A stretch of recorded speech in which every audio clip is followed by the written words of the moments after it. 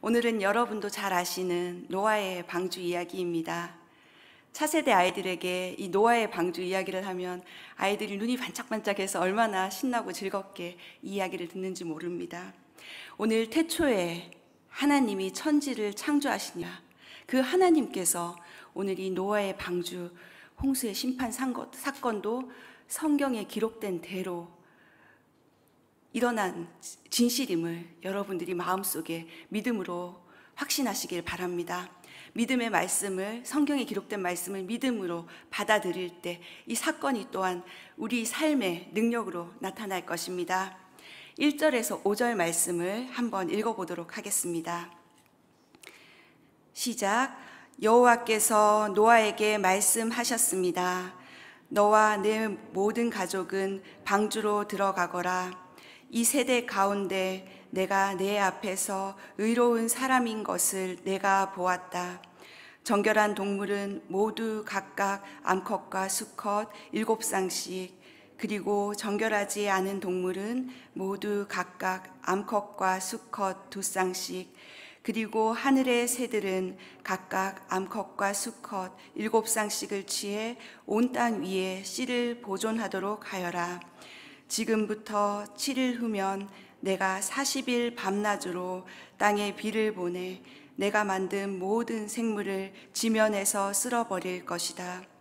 노아는 여호와께서 명하신 대로 했습니다. 아멘. 홍수가 시작되기 7일 전입니다. 카운트다운이 시작된 것입니다. 여러분에게 만약 7일이 남아있다면 여러분은 무엇을 하시겠습니까? 특별히 아마 저희 인간이 할 수 있는 것은 아무것도 없을 것입니다.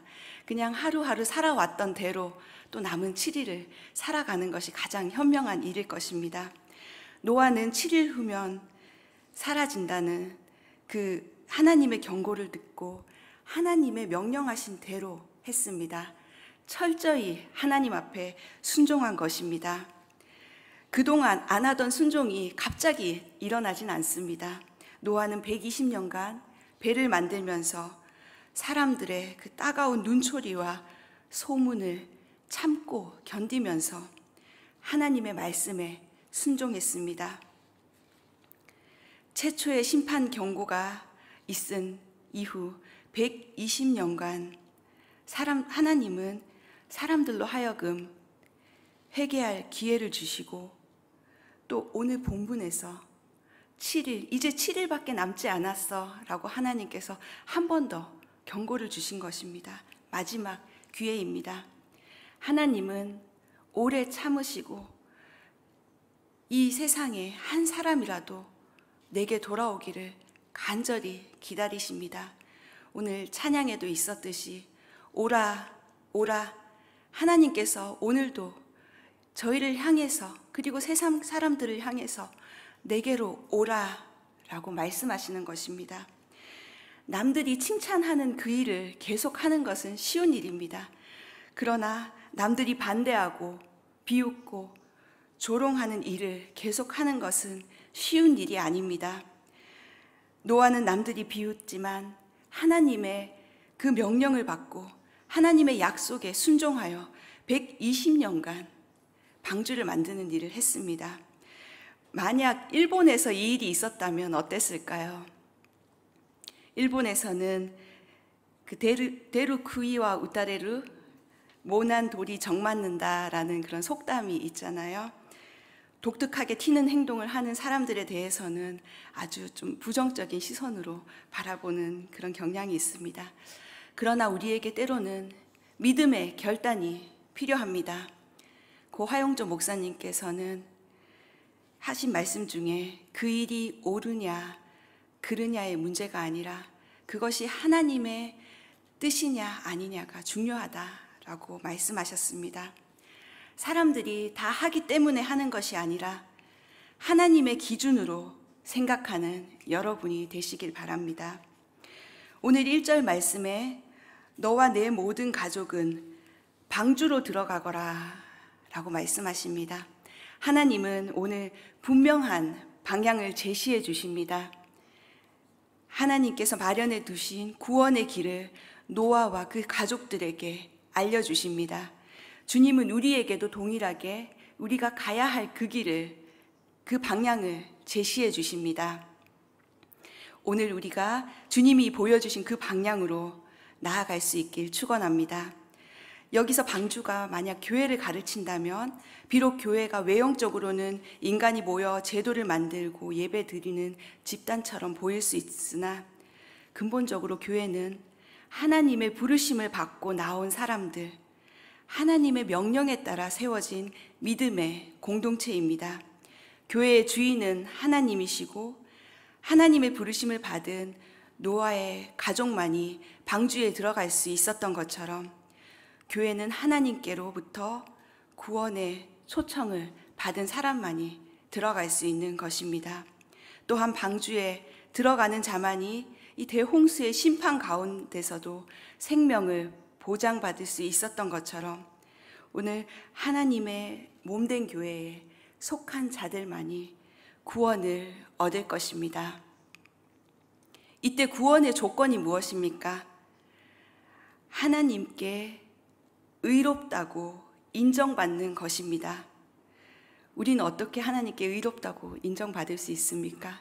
우리가 착한 행실을 해서 아니면 사회적 지위가 높아서 인정받을 수 있는 것이 아닙니다. 우리는 결코 우리의 어떤 행위로 하나님께 의롭다고 인정받을 수 없습니다. 오직 예수님의 십자가 보혈을 의지할 때 그 예수님의 십자가를 우리 마음속으로 믿고 받아들일 때 하나님께 의롭다 인정을 받을 수 있습니다. 노아 시대에는 하나님께서 늘 보고 계셨기 때문에 하나님의 기준으로 판단을 내렸을 것입니다. 하나님의 명령은 낯설고 이해할 수 없는 일이었지만 노아는 이 믿음의 테스트를 하나님께 대한 전적인 순종으로 통과했습니다.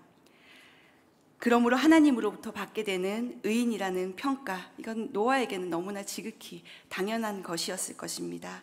히브리서 11장 7절 말씀에 믿음으로 노아는 아직 보이지 않은 일에 경고하심을 받아 경외함으로 방주를 준비하여 그 집을 구원하였으니 이로 말미암아 세상을 정죄하고 믿음을 따르는 의의 상속자가 되었느니라.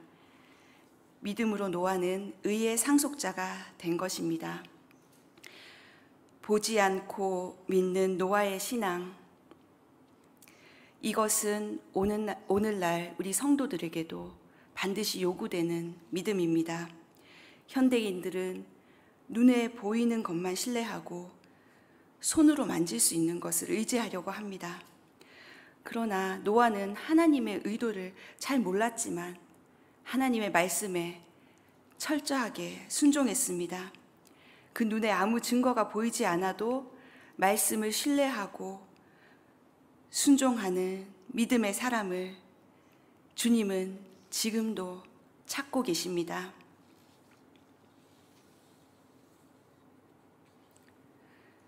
3절, 4절에 정결한 짐승, 부정한 짐승이 나오는데요.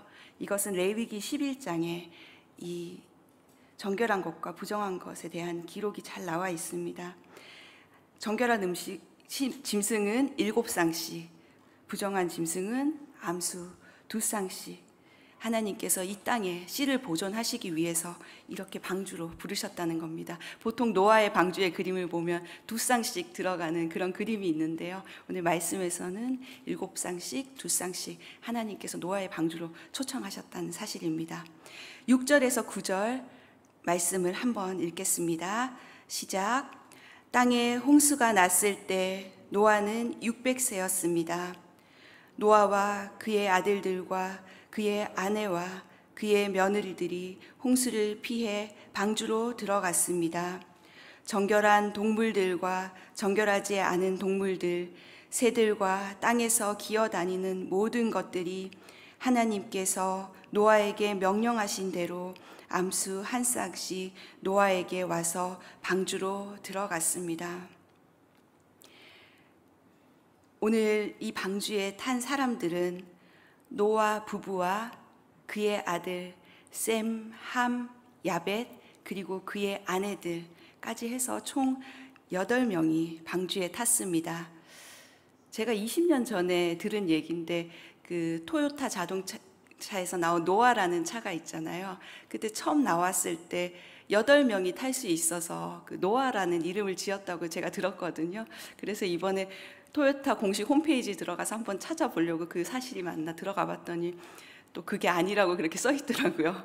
근데 이렇게 노아라는 이름을 지었다는 것이 참 그 당시에 제가 노아라는 차를 처음 일본에 와서 탔을 때는 와, 성경에 있는 이름으로 이렇게 차 이름을 지었다니 너무 감사하다는 생각을 했었습니다. 저는 그냥 그 토요타에 있었던 그 사람이 아마 이 성경에서 이름을 따지 않았나 마음으로 믿고 싶은데요. 네, 어쨌든 그렇고요. 근데 이제 노아가 600세 이 홍수가 일어났는데 지난번 아담의 족보를 얘기했을 때 노아의 할아버지 무두셀라가 죽은 그 해였습니다. 그 해에 노아의 가족은 홍수를 피해 방주로 들어갔습니다. 이 마지막 구원 사건이 노아 한 사람에게만 일어난 사건이 아니라 노아 가족 전체에게 공동체적으로 일어났다는 것은 너무나 중요한 사실입니다. 성경에 주 예수를 믿으라 그리하면 너와 내 집이 구원을 얻으리라 라고 약속하고 있습니다.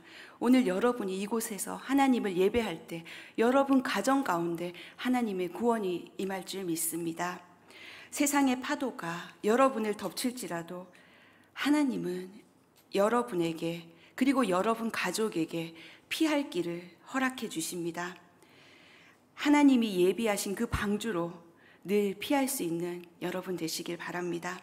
하나님께서는 당신의 자녀들로 하여금 그 어떤 시험이든지 감당할 수 있도록 해주십니다.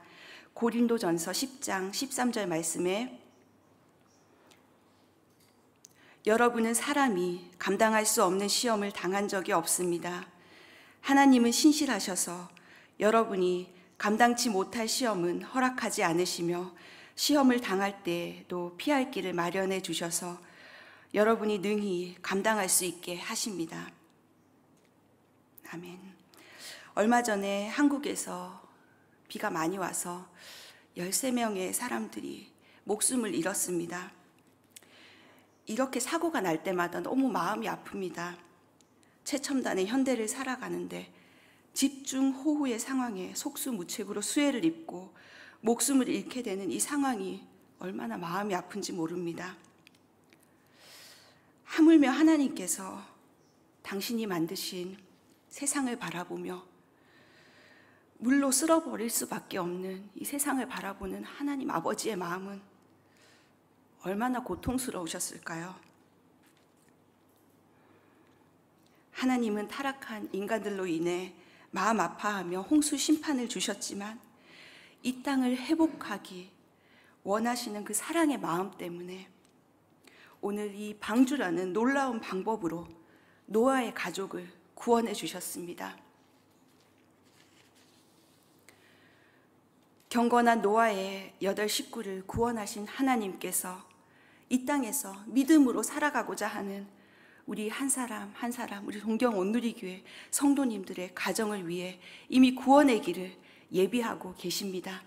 우리는 노아처럼 그저 하나님이 말씀하신 대로 충성스럽게 따라가기만 하면 됩니다. 하나님께서 명령하신 대로 그 명령하신 대로 방주를 향해 들어가기만 하면 됩니다. 10절에서 12절 말씀을 함께 읽겠습니다. 7일이 지나자 땅에 홍수가 났습니다. 노아가 600세 되던 해의 둘째 달 17일 그날에 거대한 기품의 샘들이 한꺼번에 터지고 하늘의 창들이 열려 비가 40일 밤낮으로 땅에 쏟아졌습니다. 하나님이 예고하신 대로 노아 가족이 방주에 들어가고 7일 후에 홍수가 시작됩니다. 11절에 2월 17일이라고 정확한 날짜를 기록한 것은 이 사건이 분명한 역사적 사건임을 강조하기 위한 것입니다. 마태복음에서 예수님께서는 예수님의 재림으로 이루어질 마지막 심판에 대해서 예언하시면서 그때는 마치 노아 홍수 때와 같아서 홍수가 나서 저희를 다 멸하기까지 깨닫지 못하였으니 인자의 임함도 이와 같으리라 라고 예언하였습니다. 이는 마지막 심판이 이루어질 때까지 영적으로 무지한 자는 도무지 깨닫지 못한다는 사실입니다. 오늘 11절 말씀에 기품의 샘들이 한꺼번에 터지고 하늘의 창들이 열리면서 심판이 시작됩니다. 아주 구체적으로 묘사되어 있습니다. 우리가 생각하는 그런 비의 수준이 아니라 땅과 하늘에서 동시에 물이 솟아나는 상황입니다. 또한 한 지역에서만 일어났던 것이 아니라 전 지구에서 동시에 일어난 사건입니다. 창세기 1장 6절에서 7절 말씀에 보면 둘째 날에 하나님이 만드신 것은 공간 아래의 물과 공간 위의 물을 나누시고 하늘이라고 부르셨습니다.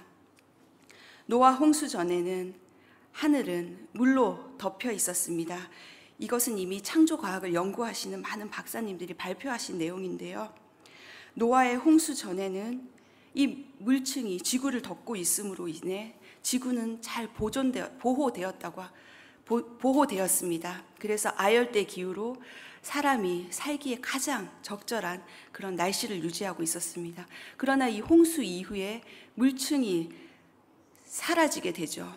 그래서 인간의 수명은 짧아지고 또 태양으로부터 오는 많은 그런 나쁜 광선들이란 표현이 좀 그런데 요즘 여름이 되면 여자분들은 자외선 가장 싫어하잖아요. 그 자외선도 물층이 있을 때는 보호되었지만 물층이 깨짐으로 인해서 자외선도 직접 우리 피부에 닿게 되기도 하고 또 북극과 남극의 기온차가 생기기도 하고 그 노아 홍수 이후에 지구 환경이 완전히 달라졌다는 것입니다.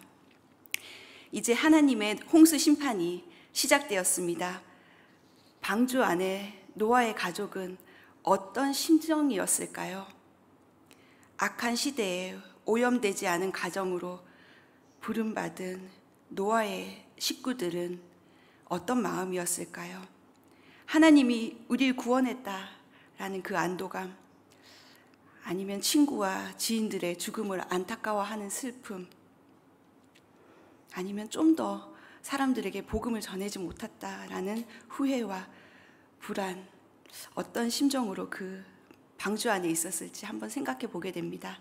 그 방주 안에 하나님께서도 오늘 함께 하셨다는 사실입니다. 노아의 방주는 히브리어로 테바라는 것인데요. 출애굽기 2장에 나오는 아기 모세를 나일강에 보낼 때 담았던 갈대 상자, 그 바구니도 동일하게 이 테바라는 용어를 사용합니다. 하나님은 방주를 만들 때 상세한 크기와 창의 위치도 다 알려주셨는데 그 내부에 운전대는 만들지 않으셨습니다.